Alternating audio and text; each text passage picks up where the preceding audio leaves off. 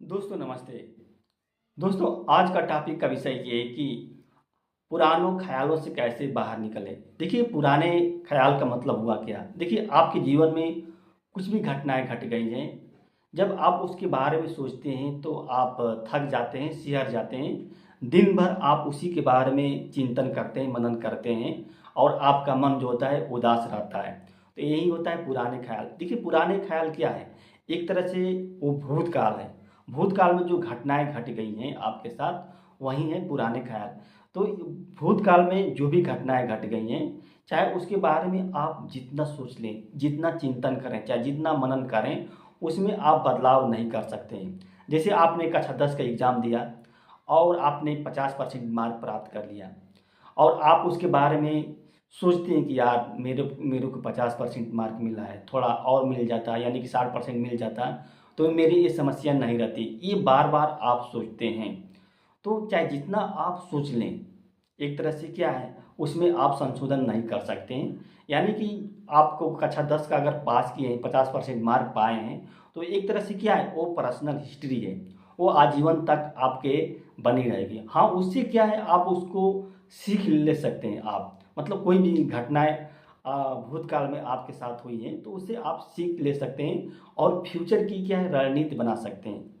तो आपको पुराने ख़्यालों से बाहर निकलने के लिए सबसे पहले क्या है, आपको वर्तमान पर फ़ोकस करना पड़ेगा। जब तक आप वर्तमान पर फ़ोकस नहीं करेंगे, तब तक आप पुराने ख़्यालों में डूबे रहेंगे।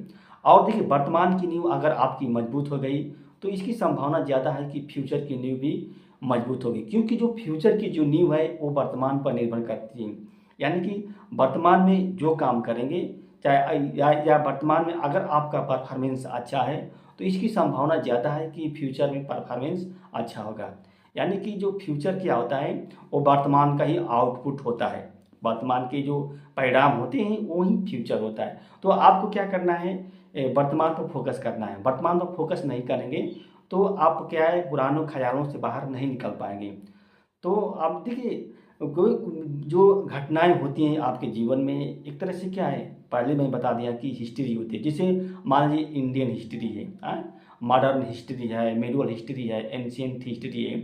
उसमें चाहे आप जितना सोच लेंगे, जितना पढ़ लेंगे, उसमें आप संशोधन नहीं कर सकते हैं। जो घटनाएँ घट गई हैं।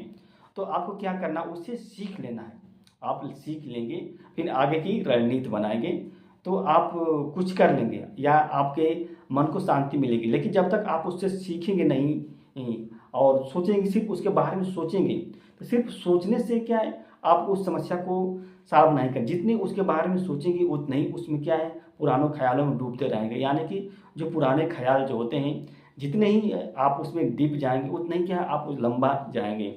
तो आपको पुरानों ख़्यालों से बाहर निकलने के लिए क्या है, आपके अपने मन को क्या है, मजबूत करना पड़ेगा। अपने मन को किसी दूसरे काम में व्यस्त करना पड़ेगा। अगर आप अपने मन को किसी दूसरे काम में व्यस्त नहीं कर पाएँगे, तो आप पुराने ख़्यालों से बाहर नहीं निकल पाएँगे। बस यही एक तरीका है, और कोई तरीका